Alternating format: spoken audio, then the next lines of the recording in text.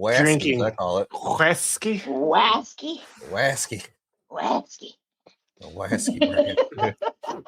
I don't know what the fuck's going on. I don't know either. It's time for Bourbon with Friends, the bourbon podcast that never takes itself too seriously. Pull up a chair, grab a glass, and remember, a bourbon with friends can change the world. Here we go.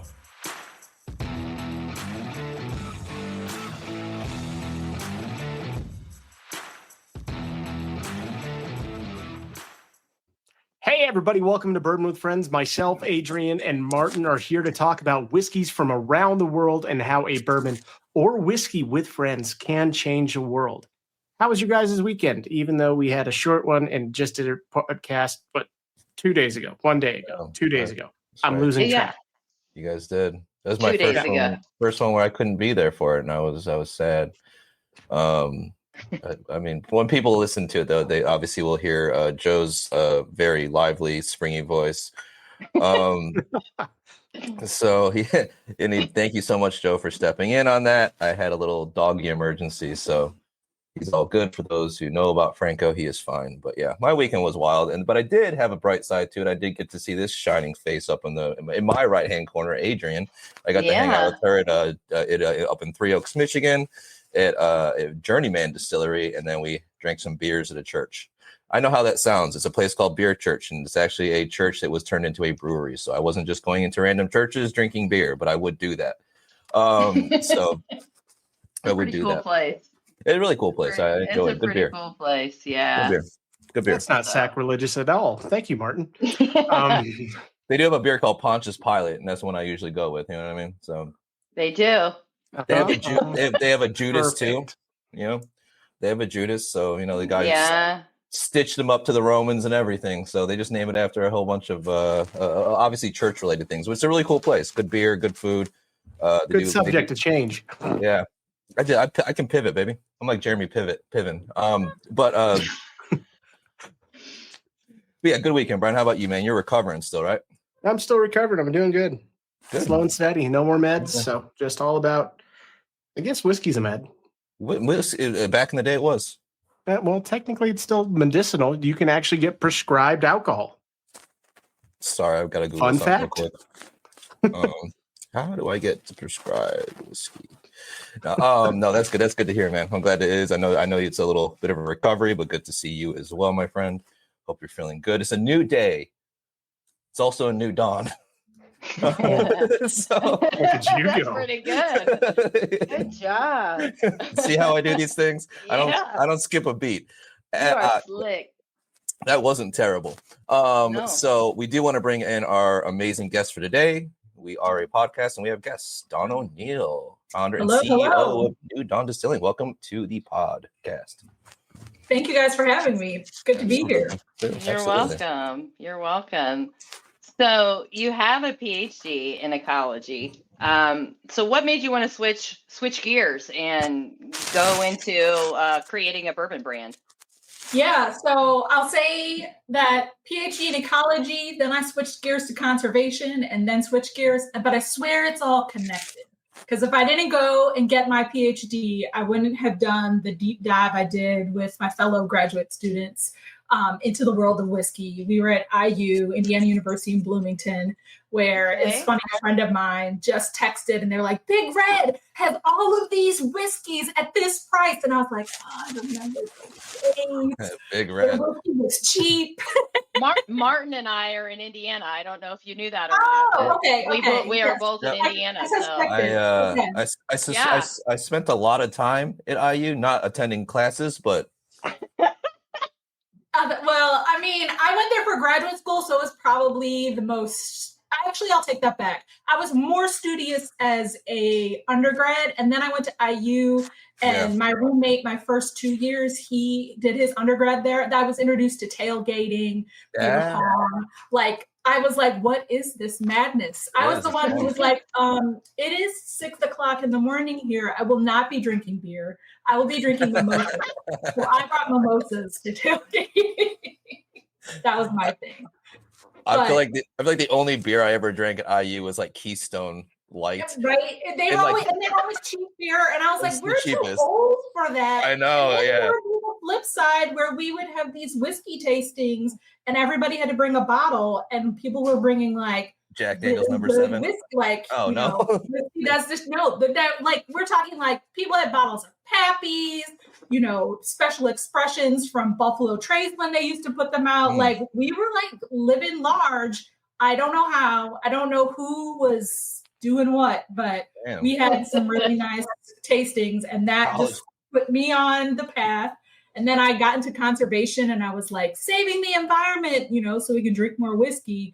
And then I guess a year and a half ago, I was like, let me actually do that.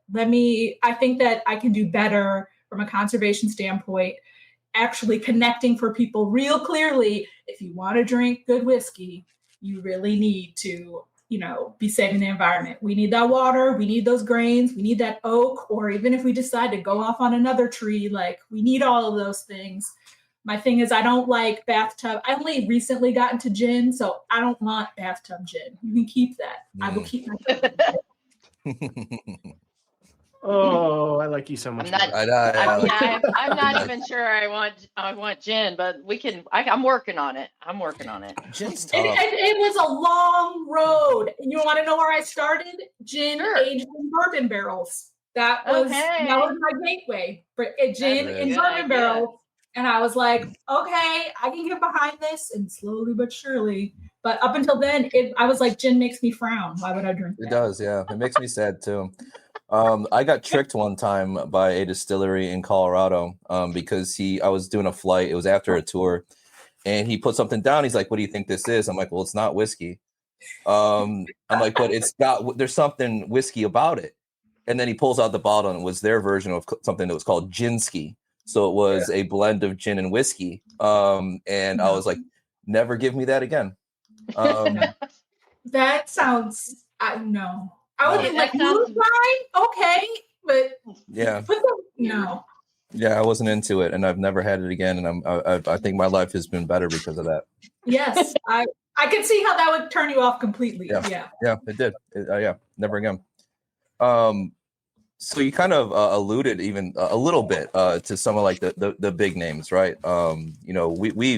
We've interviewed a bunch of different people. We do tend to stay in like the craft a little bit because we do like highlighting craft. I mean, it's such a new thing, and I love, to me, like the big guys, they get their exposure.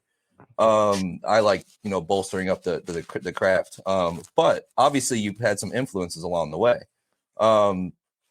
As far as like from the whiskey industry, like brands, distilleries, people, like prominent figures within like the whiskey industry. I want to talk about if you had any inspirations when you were crafting this whiskey. Well, I will definitely say I thought a lot about, and I'm terrible with names. We'll just say that up front. The guy that started WhistlePig, who found, Precious Brew in Canada and brought it down and everything. It's because I'm sourcing and everything. That was a story that really like hit with me. And especially the ability to say, hey, I'm going to essentially partner over here, but I recognize you have something good. It doesn't need to be blended. We don't need to, in this case, because I'm all about cast strength, we don't need to water it down. Let's put it out where it is and everything. And I've said before, it's like, I just want people to try Black Lady's palate. Like, I taste it, I pull out different things than probably you will. We'll have some similarities, obviously, but like that's where I think the key is. And so there are a lot of people who are sourcing. I am in awe of barrel spirits, barrel bourbon and everything. And they're blending and sourcing. I wish they'd be a little more transparent about where, because my thing is those small craft distilleries can't exist unless we're telling them, hey, I'm sourcing from Alton Distillery. They're a small upstate New York distillery and everything. And I'm super proud to be connected to them and to be supporting them on their journey. Just that they have taught me so much as I have jumped into this world of whiskey and bourbons.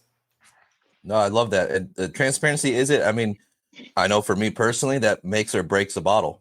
If I pick up something in a store, at this point, not when I was first doing it, But like at this point, like if I don't see full transparency, like where stuff is, I don't care if something's sourced. I'll still, right. You just want to know. I just want to know that it's sourced. I agree with you, because when I was started out and it was like the big brands, and then you ease into your craft brands, and then suddenly you find out everybody's at MGP, and you just want to know that. That's it. That's all you want to know. Like, you just want to know up front. That's where you're getting your juice. Having now gone through the process of like having multiple samples of things sent to me and picking and choosing, I get that just because it's coming from MGP doesn't mean that it's crap. They have really great stuff and everything. And so it's like, you just need to know. You just want to know, though, that's where it's coming from, that it's like not the difference between, and I guess I'll say, I have huge respect for the people who are able to build the capital, start an entire distillery, and continue to invest. Like, those people deserve to be elevated in all of this. And if I can help them with my sourcing, because I have, essentially a short attention span, and I want to be able to say, let's do this one and let's do this one, then great. But I totally want to be able to hold you up from the beginning and say, these people are helping me. Yeah. It's I mean, I think the only reason I can think anybody doesn't do it, obviously, it could be label, creation. It just could be them feeling like there's a negative stigma behind sourcing. Just like there was a negative thing for a while that blended whiskey was less than than single. Like, I mean, it's definitely something I feel like some people are just like, oh, I don't want to tell them the sourcing but no, just tell us. MGP is massive. And the amount of barrels that they have tucked away, like, it's always going to be a bunch of different profiles. And to me, that's still interesting. It doesn't matter if they're a mass producer or something that people source from. I just want to know, and then that way I can make the decision: is this a whiskey I want to pursue? So I really respect that. I really respect that you have that mindset. That's really awesome. Well, even with that, I mean, you're going off a bunch of different routes, right? So right now you have 2 products out. You have a 6-year bourbon, which is at 58.6. Oh man, I almost got it. 58.4. I was close. Yes. And both of them are at 58.4. Is that correct? Yep, that's correct. They're both cast strength. These 2 are out of the same distillery, out of Alton Distillery. Perfect. I really like what they are doing with their bourbons. I like the fact, I mean, the other thing is, when I tasted this, I was shocked to discover that it was, because I got all these bottles, had put them together for a blind tasting, and I was shocked to be like, wait, this is the New York? And how is it so dark? I'm so confused. I was like convinced it was something that was coming out of Kentucky. So for me, there was that aspect of, hey, this is coming out of New York.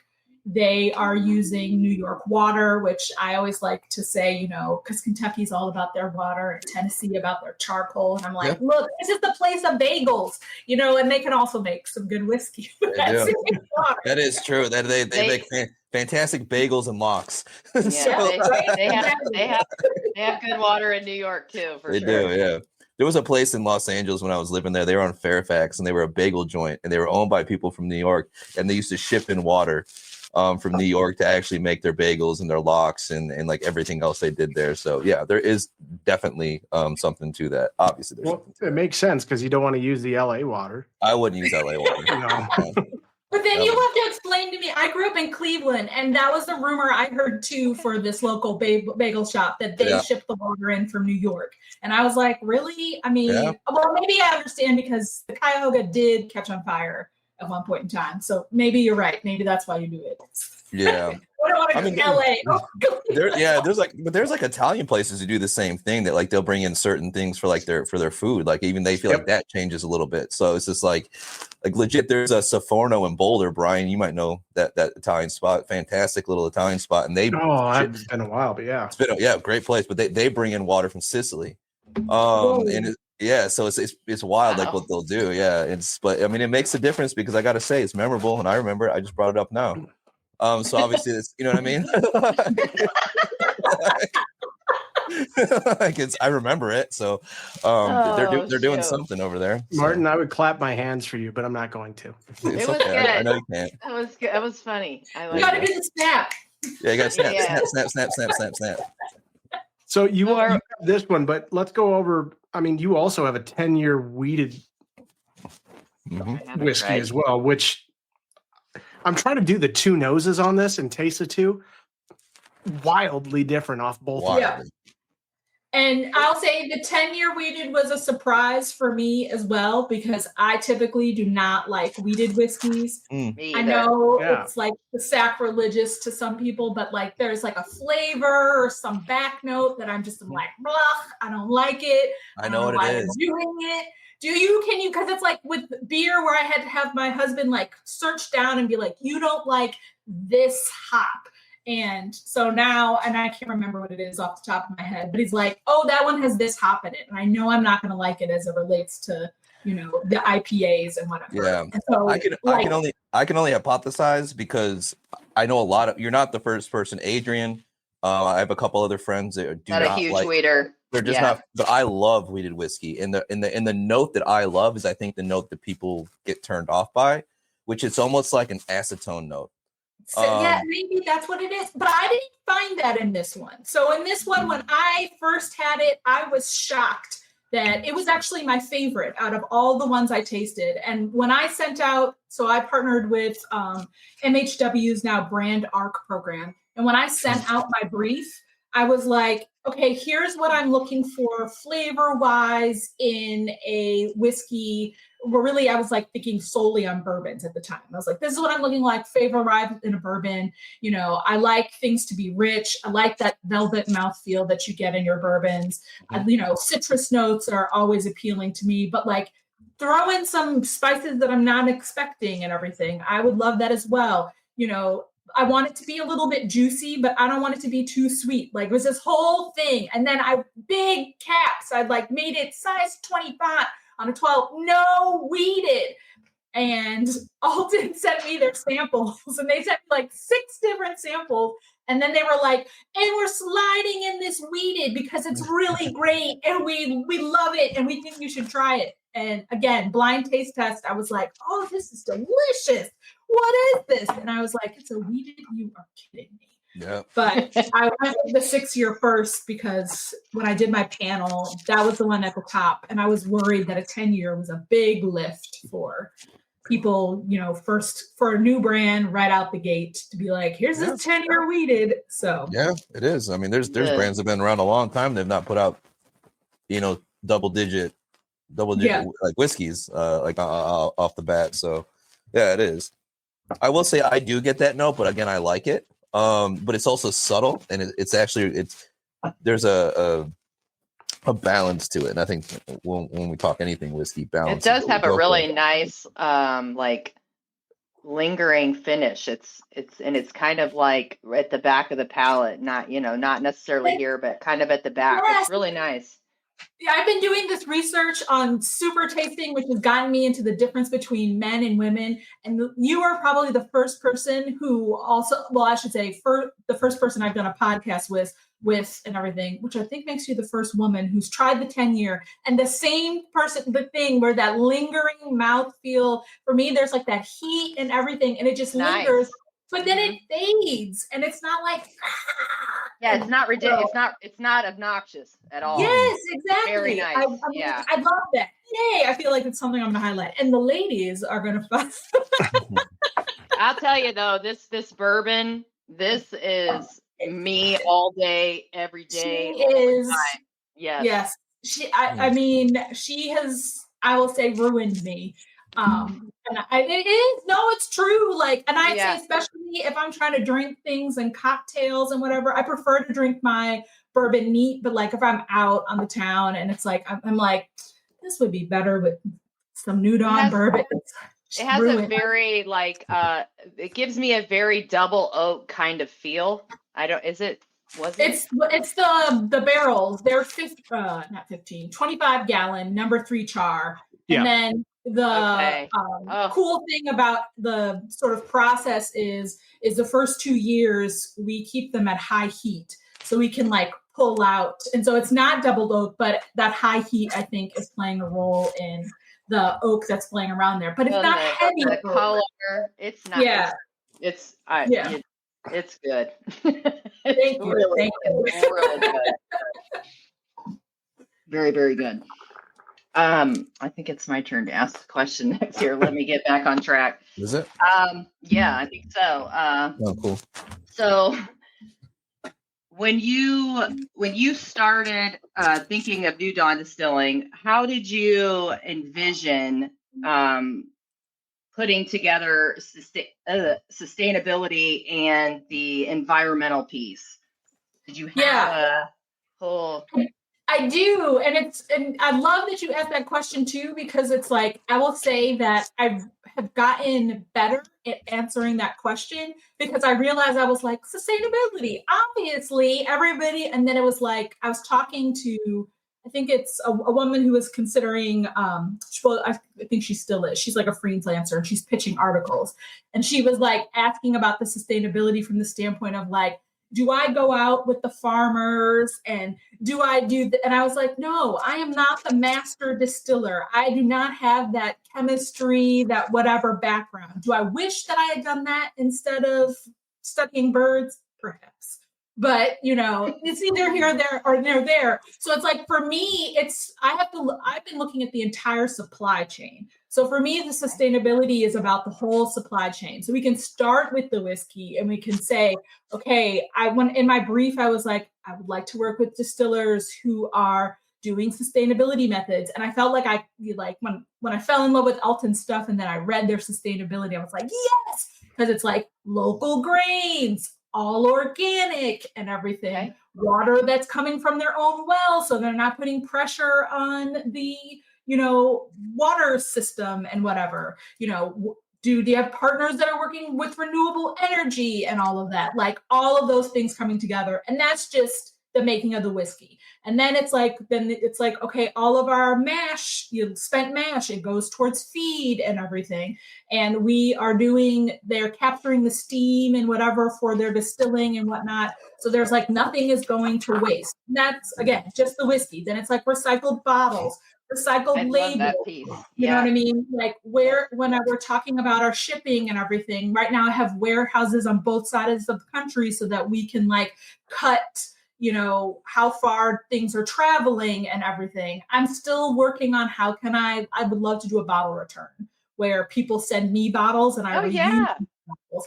I'm looking at how do I get a lighter bottle. I know everybody loves this heavy bottle. And like, if I can never get a lighter bottle, I got my last podcast. They were like, this is a sign of respect. You know what I mean? Like, I think some people think it kind of cheap, doesn't want to cheapen your whiskey, Exactly, you don't want to. Exactly. So it like makes you feel like it's like, okay, that's the narrative we have to go for, but then what other way can I make up for the fact that the bottles are heavy? Can I do carbon credits? And then it's like the fact that 1% of our proceeds are going towards clean water and farming initiatives, those types of things. Like for me, it's like, look at the whole entire piece. Where are the steps and the pieces that we can be sustainable? And even recognizing right now, I'm not as sustainable as I can be. I'm small. I don't have that much money. As a new business, I think you're doing a remarkable job. I mean, for just starting out a new brand and everything that you're already doing, I think you're doing good. So you can only go up from here. Right? Yes. And that's what we tell everybody. I'm like, it's baby steps. We got to do baby, but you got to take the steps. You can't be sitting there like, oh, it's got to take for whatever. Take the baby step. If you got to be at that baby step for the next 5-10 years, at least you made that first one. Mm-hmm. Yep. Absolutely. So kind of jumping off of that too, is that, and I think the one thing that I've been the most proud about since starting this podcast is like the types of brands that we highlight. Whether that is, the sustainability that we're just talking about, or it's even, having brands that are inclusive. And I think that's such a push that we want for this community. All three of us, including Joe, for them. If I can count and do my math right, there's four of us on this podcast. I was like, wait, who are we forgetting? I had to include Joe. But no, I mean honestly, like we've been very entrenched in this whiskey community, and the thing that I've loved to see is just brands really putting that forward to make things inclusive, to make sure that we're open, diverse. How important? Obviously, that's going to be important for you, but like, where did that sit on the importance for this brand? Yeah. And so I know you guys were all dispersed, so I couldn't be like, here's a bottle. Yeah. But so I like, from my perspective, I'm like, one, it says on the bottle, Black woman owned. I want people to know that we're all automatically a diverse brand. Like I said before, I want people to know, look at that and say, I wonder what this Black lady's palate tastes like. Because I think that that's important. And I know that when I just designed the bottle, I was answering a lot of questions that I had when I was standing in the store. So it's like, okay, who are the diverse brands? I have on the back, there's the whole, here's the nose. This is the palate. I even have a vibe section that'll tell you, this is what you drink. This is the time and place to drink this and all that. The mash bill is there and all that. Some of the information about how we distill.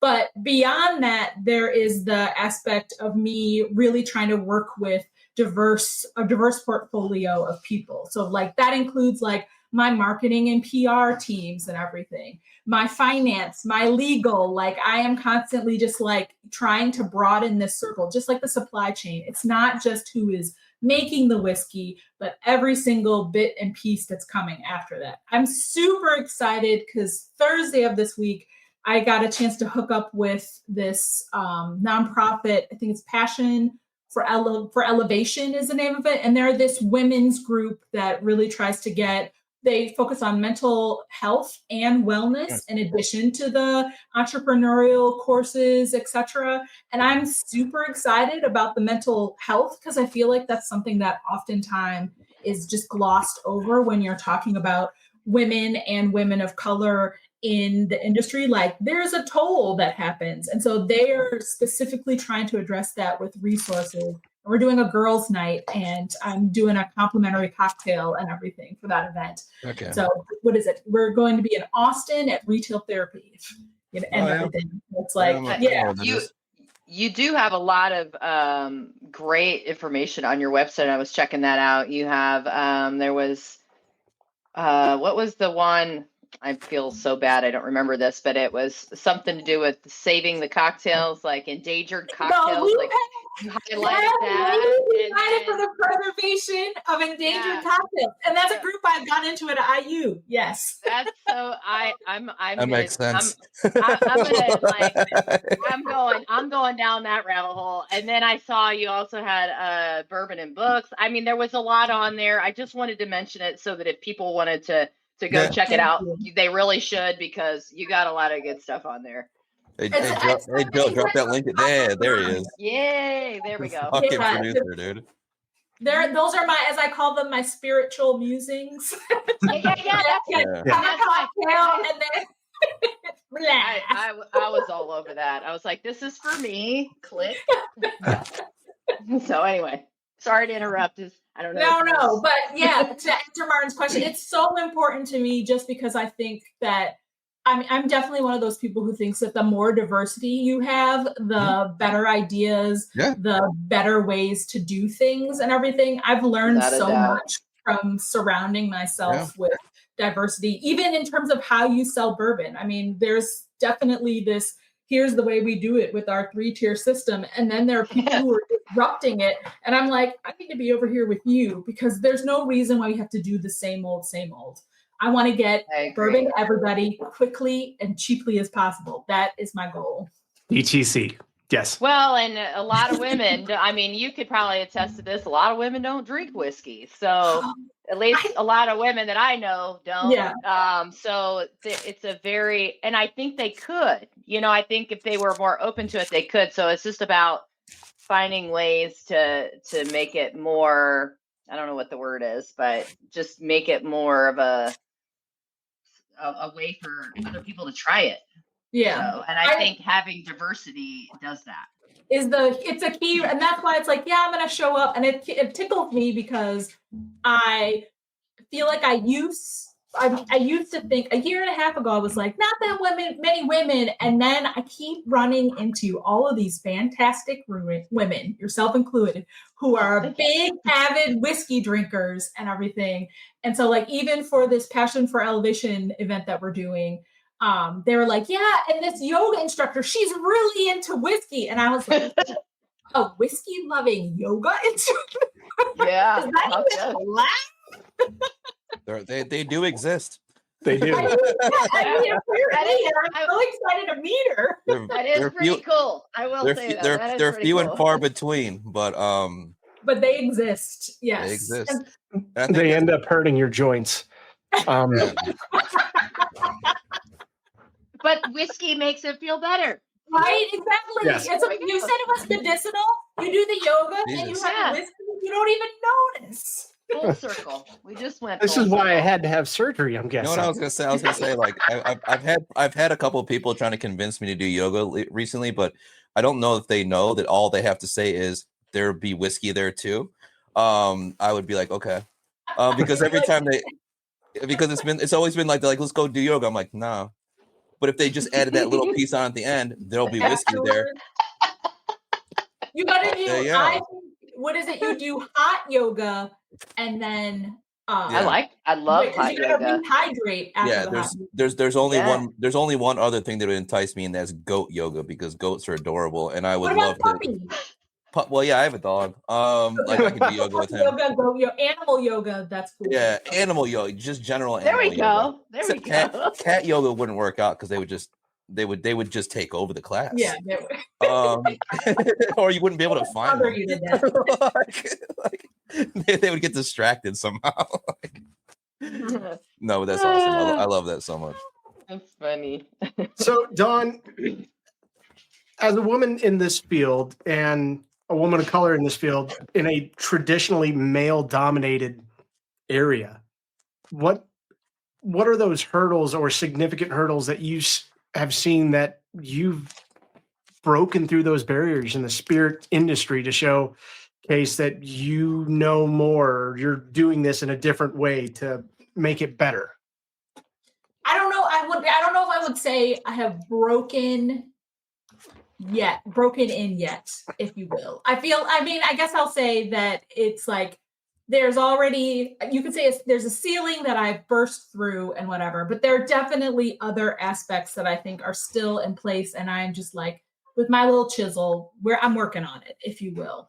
I think that one, having essentially being open to diverse partnerships has made it easier to circumvent hurdles altogether. So it's like every time I have come into I meet some old white guy who is telling me no, and then we'll go around and meet some woman or some person of color who will be like, no, I think we can do that.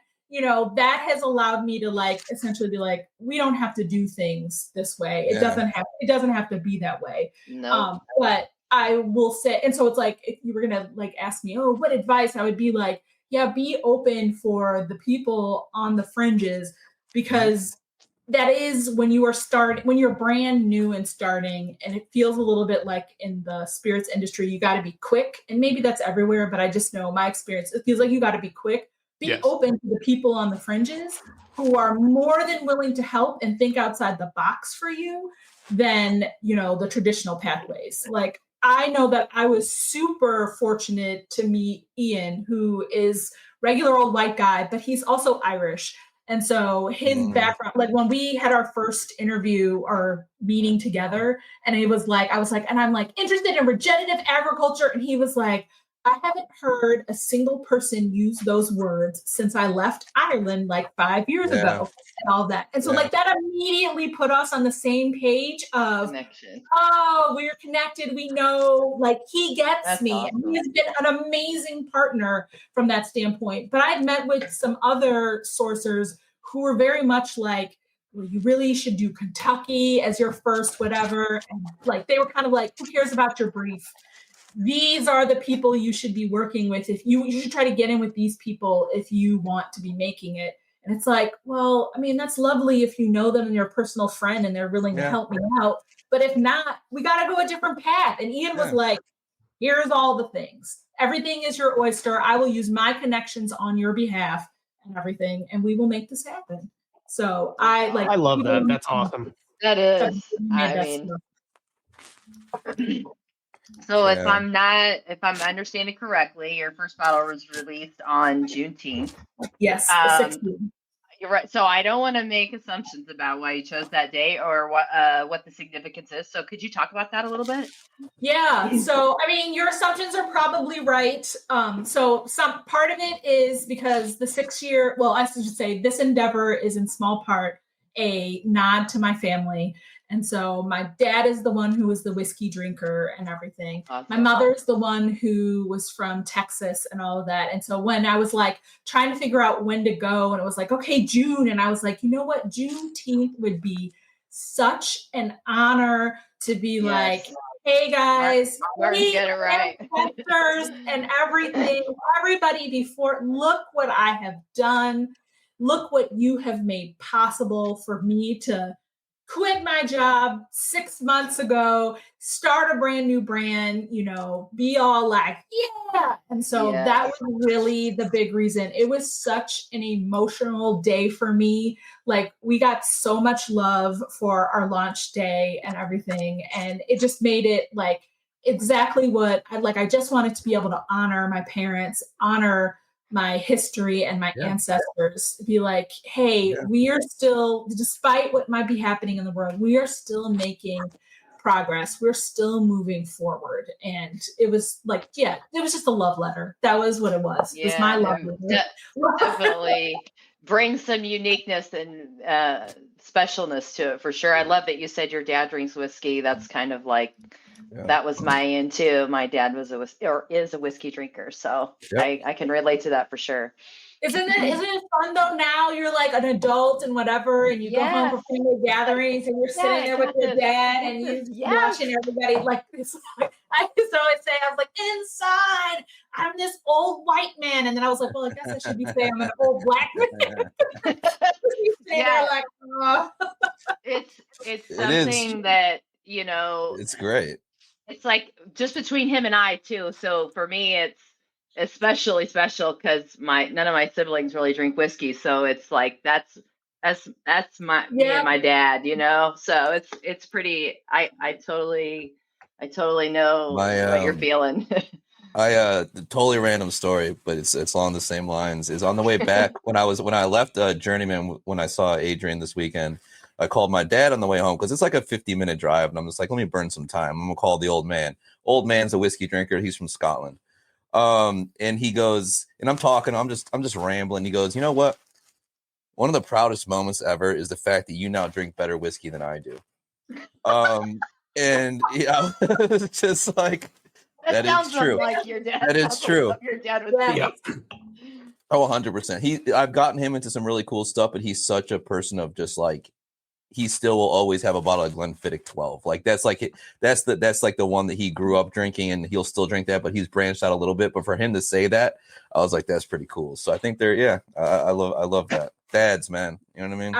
I feel that was the same with my dad was Gentleman Jack, but that was the same. Okay, my dad's and my uncle, where I would be like, and what about all of these things, and bring home the bottles that I had collected when I was in graduate school and all of that. And it was really funny though, because was with one of my uncles recently, and he was like, oh, do you think you're going to make something like Gentleman Jack? And I was like, actually, Tennessee is my a little higher.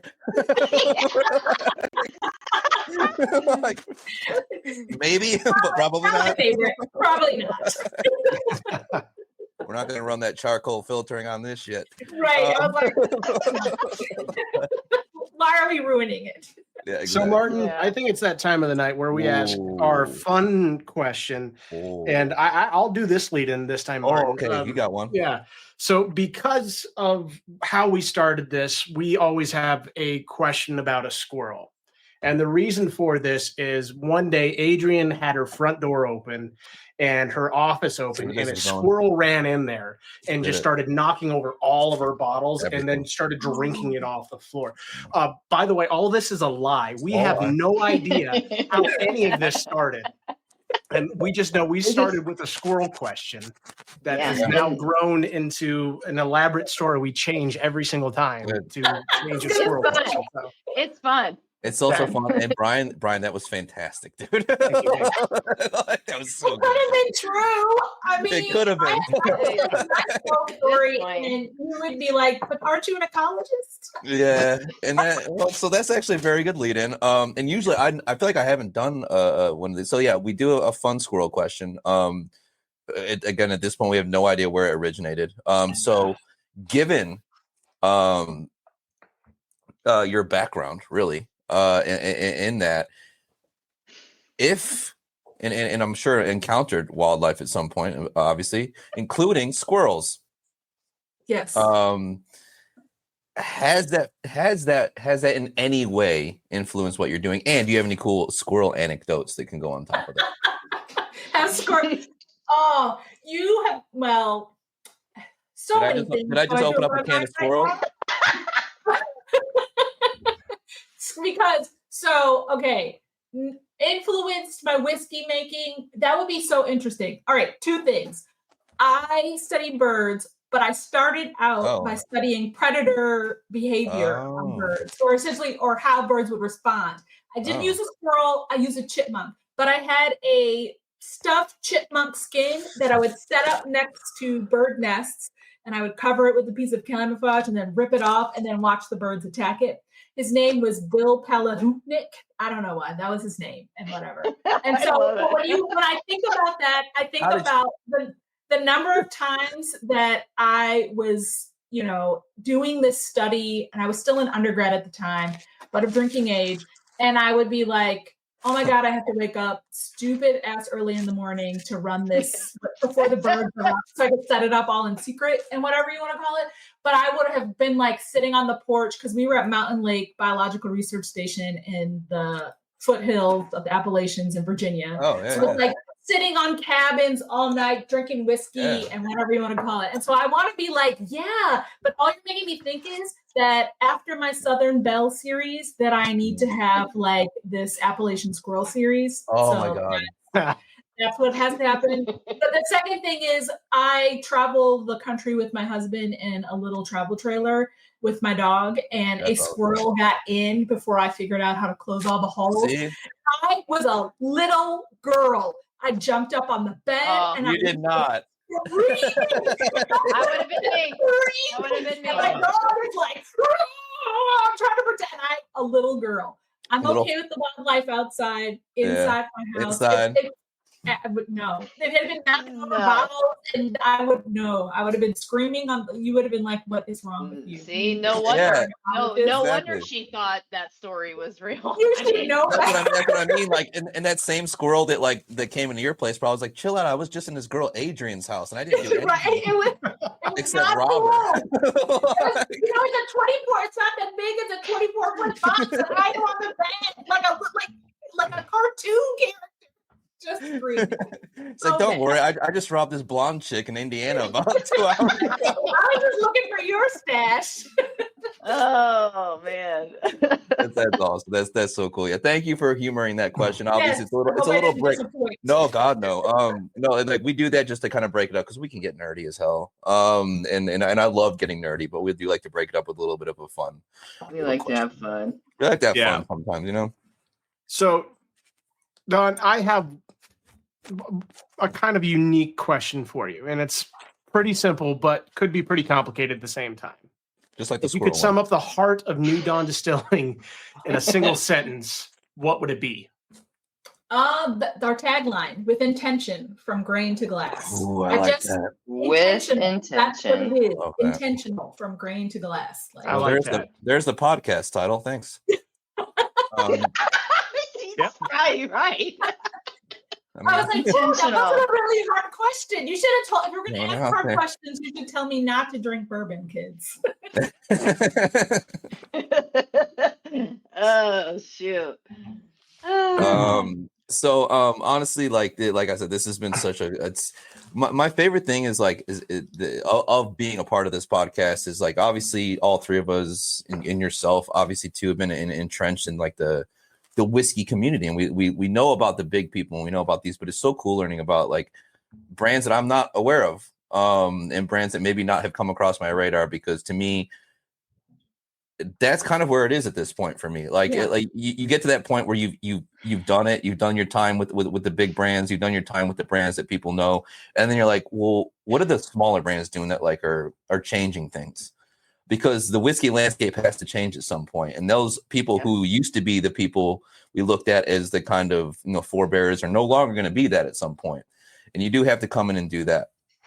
So what's kind of like the hope, like people who are listening to this podcast right now, especially coming from a new brand, what's like the hope to take away from it? Like that they take away from like hearing about like what do you want them to know so much about New Dawn? I mean, transparency is our thing. It's non-additive, cast strength. Our thing is my thing. I like it really is. I want you to be able to make this yours. So I'm giving it to you out of the barrel. I've decided this is done. It's done in the barrel. Yes, the 6-year, the 10-year, this is done. But after that, you do what you think is right with it. You want to drink it neat? You want to add a little water? You want to make it into a cocktail? Go for it. Because I think that's where the future is, where people are able to choose premium quality products and then make them their own. That is the key. We want quality over quantity. And I think that's the part of when you talk about craft distilleries, like not just me, but all the other ones out there, that it's like, we're really just like, we want you to have our bottles, our many different bottles on your shelf, because we want to fit the mood, the taste that you're looking for.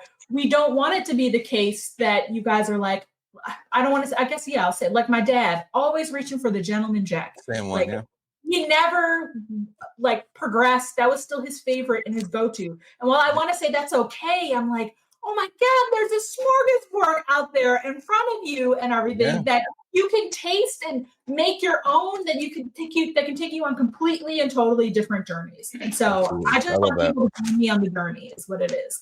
Come try out my bourbons, come see what a Black Lady's palate tastes like and everything. And use this as your jumping off point. If you decide you don't like New Dawn, that's fine. But don't trash the rest of the craft brands. I can't tell you the numbers that I have tried, and I love that variety. Variety is the spice of life, kids. Oh, yes, it is. Yes, it is. In so many aspects of life. It's not just whiskey. Sorry. But like it is. I mean, like I think that's the cool thing, and I would agree that I hope that is the take. I hope that's always the takeaway when we highlight brands that are not maybe as known in the general whiskey community. Like it's always my hope that somebody messages us and say, hey man, I listened to the podcast, we bought that bottle, I really love it. That's it for me. Because that's what sets apart, and that sets the future up, because this has to be a sustainable community as well, and it can't just stay the same. That's why I don't like when I constantly see just Buffalo Trace shit all over the place. Can you even buy that anymore? Because I feel like you can't find it anywhere. To me, it's like nostalgia, if you will. It kind of is. I'll probably try it again now and be like, ugh, like Fruity Pebbles, where I was like, I love that. Not anymore. I tried Fruity Pebbles recently, and it's not good. It's not good. It's not. It's not good. Not good. Like, you know how your parents used to be like, back in my day, it tastes like fruit. And that's what I swear. And it did. And now it's chemicals. Exactly. Until I realized what grape actually tastes like. Like grape and like fucking apple and like all these different things that were like in that. I'm like, and then I was like, I tried real fruit after Fruity Pebbles, and I was just like, okay, no, never mind. And I just had Fruity Pebbles and Cocoa Pebbles. Terrible. Oh, I can't even go that far to cocoa. I was like, I'll go with the fruit side of things. You went a little brighter right away. Like you're just like, let me try the fruity one. You know which one is still good? Is Crunch? Yes. Okay. That's insane that you said that. It's the only one I can think of, but you can't mess that up. So you can't mess it up. It still scratches the roof of your mouth. It doesn't. It hasn't changed. But it's still very good cereal, and frosted mini wheats. Oh, okay.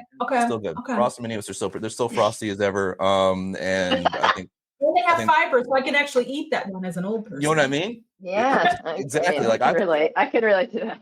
I thought the same thing. I thought I'd have to turn to Metamucil at some point, but like I was just like, no, I'll just keep. I'll go to good fiber-rich cereal. Don, you're not that much older than us. I don't know. I just turned 45, and I feel like I'm like, I did too. Oh yeah. Me too. Y'all look Literally, dope, dude. like a month ago, I turned right, 45. like February was February. Yeah, I was like, well, okay, I have old kids, and I'm doing all the old kids. Dude, Yeah, 45 is the new 25. Oh, please don't tell me that. Yeah, I was at the I end of January, but yeah, very close. We're very close birthdays. That's cool. Hell yeah. So, yeah. So the last question that I have, I think that we have, yes, it's a question that is all of our favorite, and I get to ask it today. I'm glad I get to ask. So we were talking about our dads, but do you have a favorite whiskey memory over the course of your life at any point, or it could be a spirit, any spirit, but we just like to ask if you have some kind of memory that is very near and dear. I think I have two. One that deals with my dad, but also okay. So when I was in undergrad, I came home to visit, and we went out to this local bar. My dad, despite the fact that he claims that he is introvert, whatever, he is totally the man that walks into the bar and will leave, and everybody will know his name. I went in a bar with him like later, and everybody thought I was his girlfriend, and I was like, no. But this time I was young. It was clear I was his daughter. He got a pour of Gentleman Jack. And he was like, oh, do you want to try it? And I was like, yeah, sure. And I picked up the glass. And because I'm like, I might have been 20 at the time, so not even old enough to really drink. Maybe it was 19. But I just took the whole shot back, like a shot. That was what you drink, right? It was like, it wasn't a shot glass, but it was like a small glass. Yeah. And we didn't have Glencairns back then. Yeah, exactly. And I was like, whoa, that's really smooth and everything. And his eyes were like so big because he was like, you just shot my entire Gentleman Jack. And then I went to a tasting in Indiana. I want to say back in the day and whatever, when I was in graduate school, they used to do a bunch of tastings. I cannot remember the name of the liquor store, but they would be huge, and they were stupidly huge because you could never, by the time you got to the end, you were going to be drunk. And I got to the end, and I was drunk. And I told whoever the current distiller was of Jack Daniels and whatever, that his whiskey smelled like barnyard. And it was so bad. It's so good though. That's so awesome. I can't even tell you. Even I left and I was like, I told that man his whiskey smelled like barnyard. Yeah. Some people think that's a compliment. I was gonna say that is kind of that's like a good note in my book. But I'm a Scotch fan, and Barnyard very hand in hand with a lot of Scotch brands. But I can see how Jack Daniels might not like that. But at the same time, that's so cool. I mean, those are. So we have been asking this question since the beginning. It was something that we actually, all of us on our first podcast answered, just because I felt like it's something brought us here. Something brought us this exact moment we're all sitting here talking about whiskey, and it has to correlate. And I genuinely believe these little cool memories all build that kind of path toward this. So I really appreciate you sharing that with us. Yes, thank you so much. It was really great. I really enjoyed talking to you guys. Thank you. What? I can't say it. I can't say it enough. It was wonderful. Yeah, we had a great time. That's what we do. Don, thank you so much for joining. Everything that you've said has really inspired a lot of us here, and I know it's going to inspire a lot of our guests around the world with anything that you drink and everything that you do to continue to push out for women of color. And not only that, but great whiskey. I mean, this is really good whiskey. I got to be honest, dude. This is phenomenal. Yeah. So no matter where you're at around the world, thank you all for joining. And remember something, dude. Well, hurry up. Jesus Christ. I almost had the tagline in. Well, I know you had the tagline, but I have to okay, go ahead. No matter where you're at around the world, remember, a bourbon or whiskey with friends can change the world. Thank you all. Cheers, everybody. Have a great day or night. Cheers. That's it for this episode of Bourbon with Friends. Be sure to subscribe so you don't miss a single episode. While you're at it, leave us a review to make it easier for others to find the show. You can also check us out on Instagram at Bwfpodcast. Thanks for listening.